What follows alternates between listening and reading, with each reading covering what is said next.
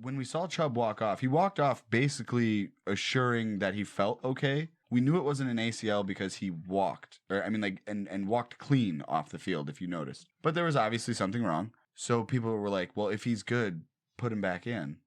And this is now at a point where we're up a touchdown at least. And I was like, why? This is why you have guys like Kareem Hunt as your backup. It's so you don't put your star, and let's face it, Nick Chubb is definitely the future of our back. Well, I shouldn't say definitely, but hopefully he is the future of our backfield. I was one of the people who was like, I don't care if he's good to go or not. Like, just leave him out. We're doing fine. And we ended up winning. So this is an injury where, fantasy-wise, I think the ripple effect is going to largely benefit Hunt owners. Obviously, not helping out Chubb owners. But as a Browns fan, I'm okay. Like, hey, he'll be back. Are you worried about this injury costing the Browns any games? I'm not, which is weird because I am not super comfortable. I mean, I love the way our offense looked on Sunday, but being a Browns fan, you know not to expect the same thing twice, right? So that being said, I don't feel that though this time. I don't know why. I really like Kareem Hunt, and you as a Clevelander, I think we all appreciate him, especially being a hometown guy, things like that, where you want to see him play more, but you also love Nick Chubb because he's just a workhorse. So it's at a point where it's like, all right, the workhorse is going to get a break, and we get to see our buddy. You know what I'm saying? Like, I think that we'll be fine. And what the two backup running backs showed is that there's still depth there. I'm not that worried. Any other time, I'm probably losing my shit. Right now, I feel all right. We'll see. Talk to me in 3 games. Give me 3 more games. All right, Paul? Well, to that point, I think Nick Chubb is kind of like the Michael Brantley of this Browns offense. He's humble. He keeps his head down. He's quiet in the media, but he goes out and he balls out, except he's even better, I think, comparatively to Michael Brantley. But besides the point, this Browns offense isn't going to miss a beat as long as Kareem Hunt is healthy.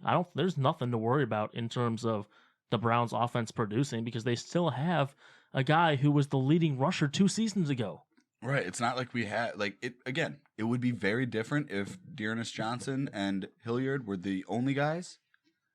But having a former All-Pro in the and league leader, not a bad thing. And yeah, I guess there's a mild concern because Kareem Hunt later in the week did come out that he had some kind of a groin issue. So, and clearly we saw that yesterday when they didn't play him a ton.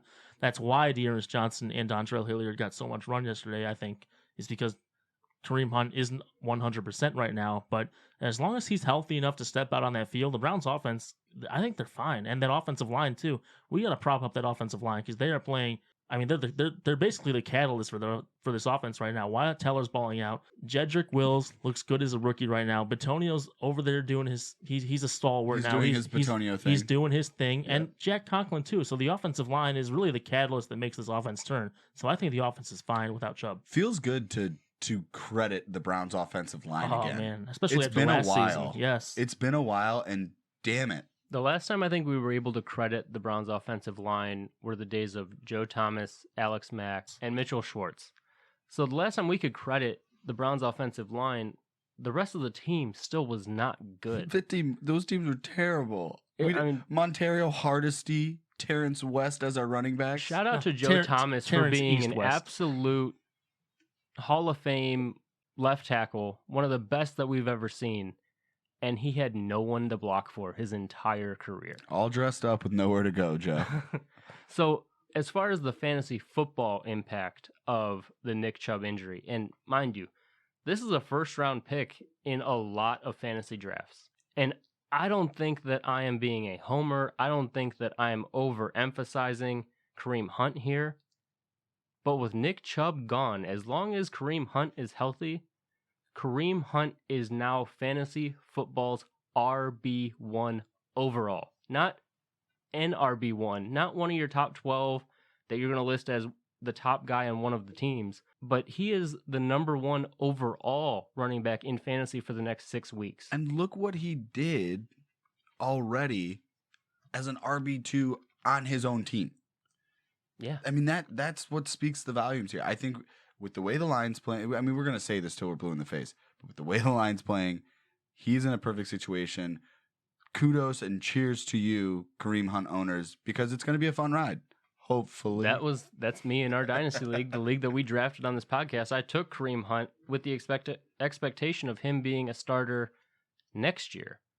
That value took a hit when he signed his extension. Sure enough, a couple weeks later, after we're talking about all of that and how he signed his extension, it's hurting his long-term value, he's handed a 6-week window to be this team's unquestioned number one back. And you look at, in the same window that he's going to be the starter, CMC is still hurt. He's on the IR. He's going to miss still more weeks to come. Saquon Barkley is out for the year. Derrick Henry is not having the season that a lot of people expected him to have after absolutely exploding last year. So now you have Alvin Kamara, who is fantasy's number one scorer in most leagues as of right now. And then you have Kareem Hunt. We just saw Latavius Murray vulture 2 touchdowns away from Alvin Kamara last week. A shame. Kamara still had a productive game. I think in standard he still went off for 17. But now you have Kareem Hunt getting the lion's share of not only the rushes, but the targets out of the backfield in Cleveland. For the next 6 weeks, Kareem Hunt is fantasy football's RB1 overall. He's going to score more than Kamara. He's going to score more than Henry. He's going to score more than Joe Mixon, who went off this week. He's going to score more than any running back in the league for the next 6 weeks. I'll put that as a prediction right now on this podcast. And if you look at the Browns' schedule in the next 6 weeks, home against the Colts, at Pittsburgh, that's a tough one. But then you go at Cincy, home against the Raiders, bye week, and then they host the dysfunctional Houston Texans. All of the opportunity to be an RB1 is there.